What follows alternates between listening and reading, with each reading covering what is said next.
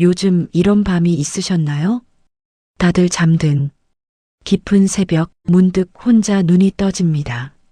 시계를 보면 꼭 새벽 3시쯤 조용한 어둠 속에서 가만히 누워 있는데 불쑥 그 생각이 찾아옵니다. 나에게 남은 시간은 얼마나 될까? 순간 가슴이 철렁 내려앉으셨죠. 맞아요. 그 마음 저도 잘 압니다. 낮에는 괜찮은 척하지만 이런 밤이면 이상하게 마음이 서늘해집니다. 자식들한테 말하기도 그렇고 혼자 삭히자니 괜히 더 외롭고요.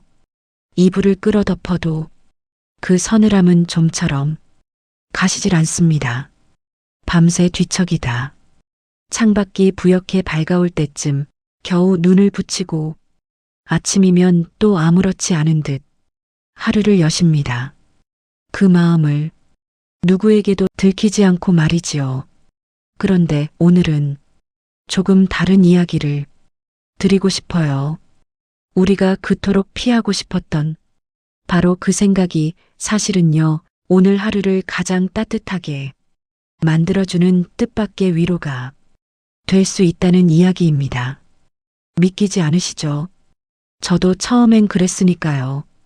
그러니 오늘만큼은 편안히 누우셔서 제 이야기를 끝까지 들어봐 주시겠어요? 혹시 이런 분 계실까요? 올해 72 되신 김 여사님 이야기예요. 얼마 전 건강검진을 받으셨대요. 별일 아니겠지, 그렇게 생각하면서요. 그런데 의사 선생님이 검사 결과를 보더니 잠깐 망설이더랍니다. 조금 더 지켜봐야겠습니다. 그 한마디에 집으로 오는 버스 안에서 창밖만 멍하니 바라보셨대요. 맞아요. 그 마음 설명 안 해도 느껴지시죠? 머릿속이 하얘지면서 문득 이런 생각이 스쳤다고 합니다. 내가 얼마나 더 살 수 있을까? 그날 밤 여사님은 잠을 못 이루셨어요. 천장만 올려다보면서요. 그런데 참 이상하죠. 그 무섭고 서늘하던 생각이 새벽이 가까워질 무렵 조금씩 다른 빛깔로 바뀌기 시작했답니다. 문득 오래전 시집간 딸이 어릴 적 얼굴이 떠올랐대요. 작은 손으로 엄마 손가락을 꼭 쥐던 그 따뜻한 감촉 또 떠올랐답니다.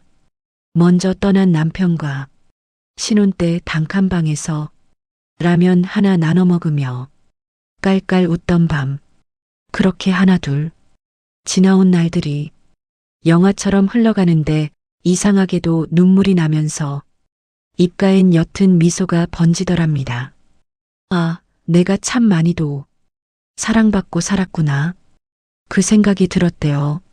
며칠 뒤 여사님은 다시 병원을 찾았는데 다행히 큰 병은 아니라는 이야기를 들으셨대요. 그런데 신기하게도 집으로 돌아오는 그 버스 안에서 여사님은 전혀 다른 사람이 되어 있었습니다.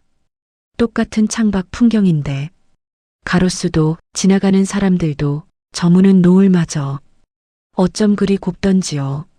살아있다는 게 이렇게 고마운 거였구나.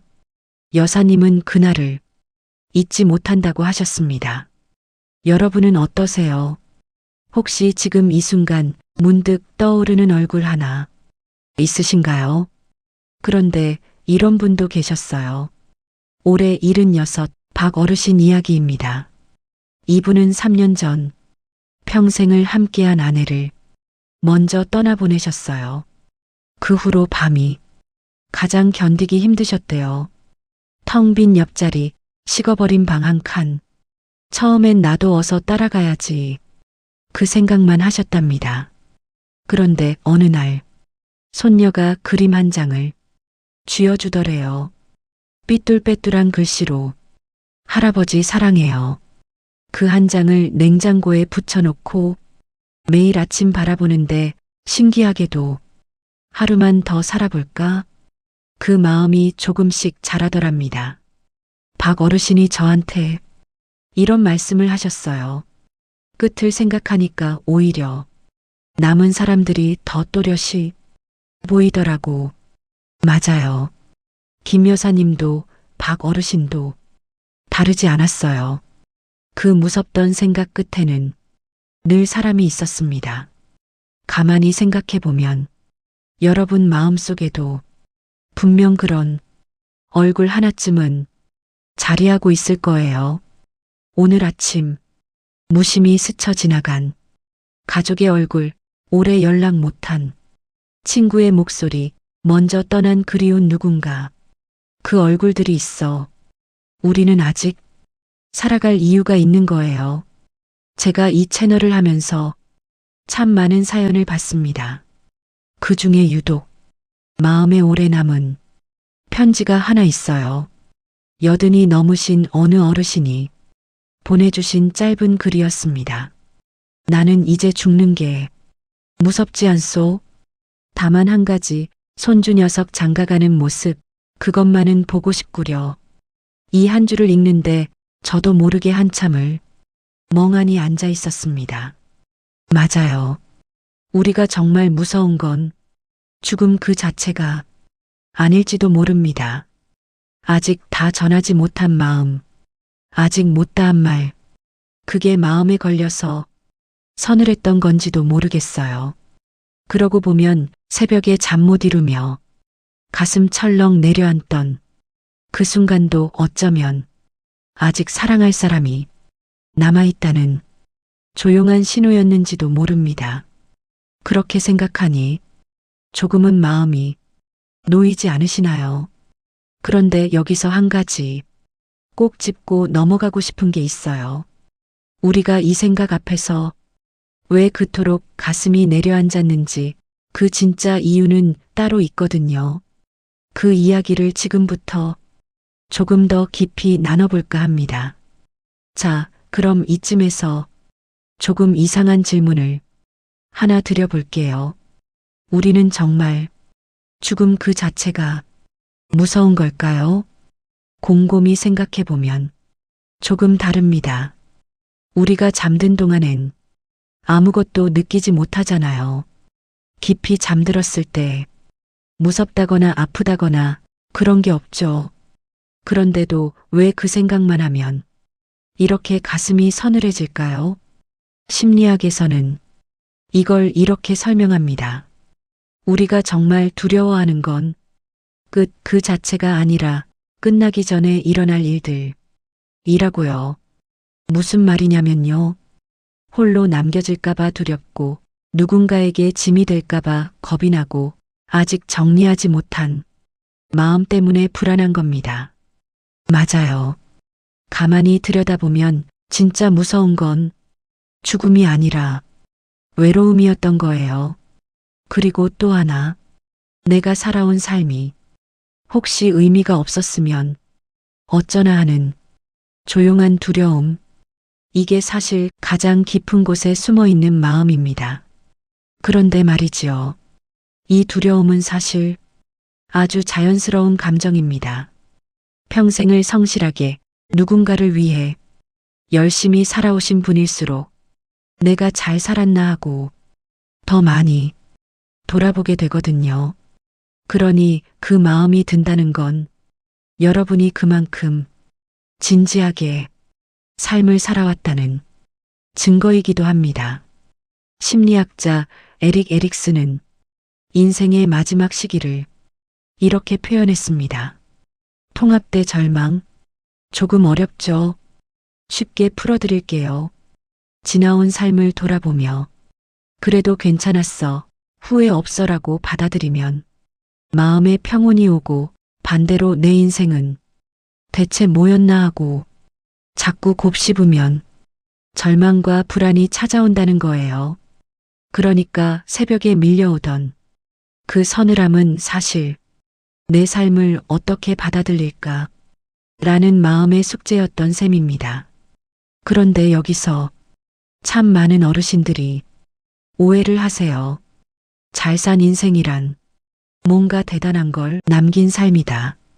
큰 돈을 벌었거나 크게 성공했거나 이름을 남겼거나 그래야 의미 있는 삶이라고 여기시는 거예요. 그런데 정말 그럴까요? 심리학자들이 삶의 마지막을 앞둔 분들을 오랫동안 지켜봤더니 놀라운 공통점이 있었답니다. 그분들이 마지막에 떠올리는 건 통장의 숫자도 훈장이나 상패도 아니었어요. 누군가와 함께 웃던 저녁 밥상, 손을 맞잡았던 따뜻한 온기, 고맙다는 말 한마디, 그 작고 사소한 순간들이었습니다. 그러니 여러분, 혹시 지금 내 인생은 별것 없었다. 그렇게 여기고 계셨다면 오늘만큼은 조금 다르게 생각해 보세요. 누군가의 손을 잡아준 일, 따뜻한 밥 한 끼 차려준 일, 힘들 때 곁을 지켜준 일. 그 작고 소박한 순간들이 모여 이미 충분히 의미 있는 삶을 만들어 왔습니다. 혹시 기억나세요? 오래전 누군가 힘든 시절에 여러분이 건넨 따뜻한 말 한마디, 정작 본인은 잊으셨을지 몰라도 그 말을 들은 누군가는 평생 가슴에 품고 살아갑니다. 그렇게 우리는 자기도 모르는 사이에 수많은 사람이 인생의 작은 빛을 남겨온 거예요. 다만 혹시 이 마음이 혼자 감당하기에 너무 무겁게 느껴지신다면 그땐 가까운 사람에게나 믿을 만한 분께 가만히 털어놓아 보셔도 좋아요. 마음의 무게는 나눌수록 신기하게도 가벼워지니까요. 자, 그런데 여기서 한 가지 더 궁금한 게 생깁니다. 이렇게 머리로는 이해가 되는데 왜 마음은 여전히 쉽게 편해지지 않을까요? 수천 년 전 바로 이 질문을 평생 붙들고 살았던 한 사람이 있었습니다. 로마의 황제이면서도 매일 밤 이 생각과 씨름했던 그 사람의 이야기를 지금부터 들려드릴게요.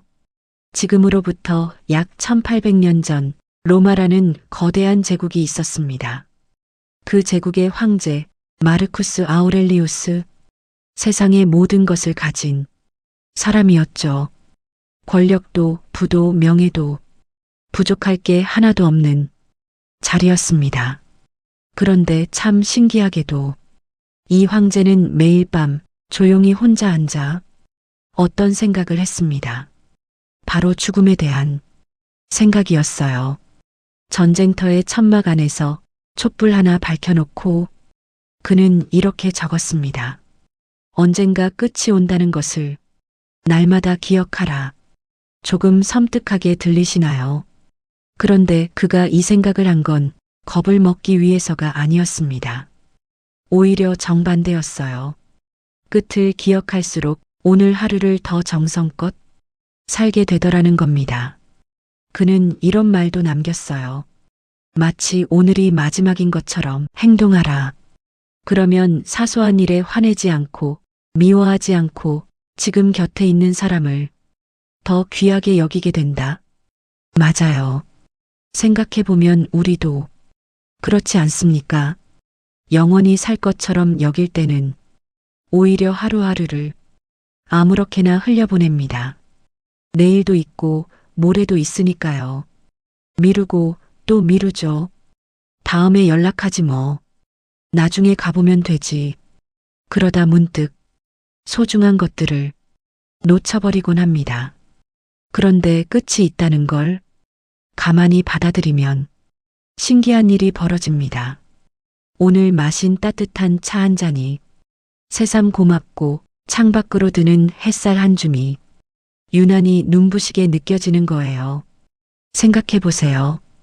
평소엔 그냥 지나치던 아침 햇살, 손주의 웃음소리, 따끈한 국 한 그릇. 그 모든 게 당연한 것이 아니라 고마운 것으로 다시 보이기 시작합니다. 끝을 안다는 건 그래서 세상을 더 선명하게 만들어주는 거예요. 비단 마르쿠스만 그랬던 게 아닙니다. 옛 선비들도 머리맡에 이런 글귀를 붙여두곤 했어요. 매일 죽음을 생각하니 매일 삶이 새롭더라. 언뜻 들으면 어둡고 무거운 말 같지만 가만히 곱씹어 보면 이만큼 따뜻한 말도 없습니다. 이걸 옛사람들은 메멘토 모리라고 불렀습니다. 죽음을 기억하라. 끝을 기억하기에 오늘을 더 환하게 살아가라는 그런 따뜻한 당부였던 거예요. 그러니 여러분, 새벽에 그 생각이 찾아와 가슴이 서늘해질 때면 이렇게 한번 여겨보시면 어떨까요? 아, 이건 나를 겁주는 신호가 아니라 오늘을 더 사랑하라는 조용한 초대구나. 마르쿠스 아우렐리우스도 바로 그 마음으로 매일을 살아냈으니까요. 그가 남긴 글 중에 이런 말도 있습니다. 내가 가진 모든 것을 마치 잠시 빌린 것처럼 여겨라. 내 몸도 내 시간도 사랑하는 사람도 영원히 내 것이 아니라 잠시 맡아 누리는 선물. 그렇게 생각하면 곁에 있는 것들이 얼마나 귀한지 새삼 사무치게 다가옵니다. 그렇다면 이제 남은 건 하나입니다. 이 따뜻한 깨달음을 어떻게 오늘 저녁 내 삶 속으로 가져올 것인가. 거창할 필요 없어요. 아주 작은 것 하나면 충분합니다. 그 이야기를 지금부터 함께 나눠볼게요. 자, 그럼 오늘 저녁 딱 하나만 해보자고 말씀드리고 싶어요. 너무 거창한 건 아니에요. 자리에서 일어나 뭘 대단히 해야 하는 그런 것도 아닙니다. 지금 누워 계신 그 자리에서도 충분히 할 수 있는 일이에요. 첫째, 오늘 하루를 가만히 떠올리면서 고마웠던 일 딱 하나를 찾아보는 거예요. 거창한 거 말고요. 아주 사소한 것. 아침에 마신 물 한 잔이 시원했다든지, 창문 너머 새소리가 들렸다든지, 누군가 무심코 건넨 따뜻한 말 한마디라든지, 그 하나를 가만히 떠올려 보세요. 그리고 마음속으로 조용히 이렇게 말해보는 겁니다. 오늘도 참 고마웠다. 그게 전부예요. 별것 아닌 것 같죠? 그런데 이 작은 습관이 쌓이고 쌓이면 신기한 일이 생깁니다. 새벽에 그 서늘한 생각이 찾아와도 예전처럼 가슴이 철렁 내려앉지 않게 돼요. 대신 아, 오늘도 고마운 하루였지 하고 조금은 평온하게 눈을 감을 수 있게 됩니다. 둘째, 혹시 마음에 걸리는 사람이 있으시다면 오래 미뤄둔 전화 한 통 오늘 걸어보시는 건 어떨까요? 길게 하지 않아도 괜찮아요. 잘 지내냐, 보고 싶다. 그 한마디면 충분합니다. 우리가 앞서 이야기했죠. 진짜 무서운 건 죽음이 아니라 못다한 마음이라고. 그러니 그 마음 오늘 조금씩 덜어내보는 거예요. 전화가 어려우시면 문자 한 줄도 좋습니다. 그것도 부담스러우면 그저 마음속으로 그 사람의 이름을 가만히 불러보는 것만으로도 충분해요. 그리고 셋째, 이건 조금 특별한 건데요. 오늘 밤 잠들기 전에 아주 짧게 나에게 보내는 한마디를 해보시는 거예요. 거울을 보면서도 좋고 그냥 마음속으로도 좋습니다. 그동안 참 애썼다. 여기까지 오느라 수고 많았다. 평생 남들 챙기느라 정작 나 자신한테는 이런 말 한번 못 해주고 사셨을 거예요. 오늘 딱 한번 스스로에게 건네보세요. 그 말이 생각보다 훨씬 큰 위로가 되어 돌아올 겁니다. 이 세 가지 오늘 다 하려고 애쓰지 않으셔도 됩니다. 오늘은 첫째 하나, 내일은 둘째 하나, 그렇게 천천히 내 속도대로 하시면 돼요. 중요한 건 완벽함이 아니라 나를 향한 그 다정한 마음 하나니까요. 이렇게 하나씩 오늘을 정성껏 매듭짓다 보면 어느새 새벽의 그 어둠도 조금은 포근하게 느껴지는 날이 찾아올 겁니다. 이제 이야기를 마무리할 시간이네요. 오늘 참 무겁고도 조심스러운 이야기를 함께 나눴습니다. 새벽에 문득 찾아오던 그 서늘한 생각, 오래도록 우리를 겁먹게 했던 그 마음. 그런데 오늘 이렇게 들여다보니 어떠셨나요? 그게 꼭 무섭기만 한 건 아니었지요. 오히려 아직 사랑할 사람이 있다는 조용한 신호였고 오늘을 더 귀하게 살라는 따뜻한 초대였습니다. 그러니 이제 그 생각이 찾아오는 밤이 와도 너무 두려워하지 마세요. 가슴이 철렁 내려앉거든 가만히 이렇게 여겨보시면 됩니다. 아, 오늘도 참 고마운 하루였구나. 그 한마디면 충분히 포근한 밤이 될 거예요. 그리고요, 혹시 오늘 밤에도 그 생각이 다시 찾아오거든 밀어내려 애쓰지 마세요. 그래, 너 또 왔구나 하고 가만히 곁을 내어주셔도 괜찮습니다. 두려움도 오래 들여다보면 어느새 순한 얼굴을 하고 있거든요. 오늘 나눈 이야기 한꺼번에 다 기억하지 않으셔도 괜찮습니다. 그저 오늘 밤 고마웠던 일 하나, 그거 하나만 품고 잠드셔도 그걸로 충분해요.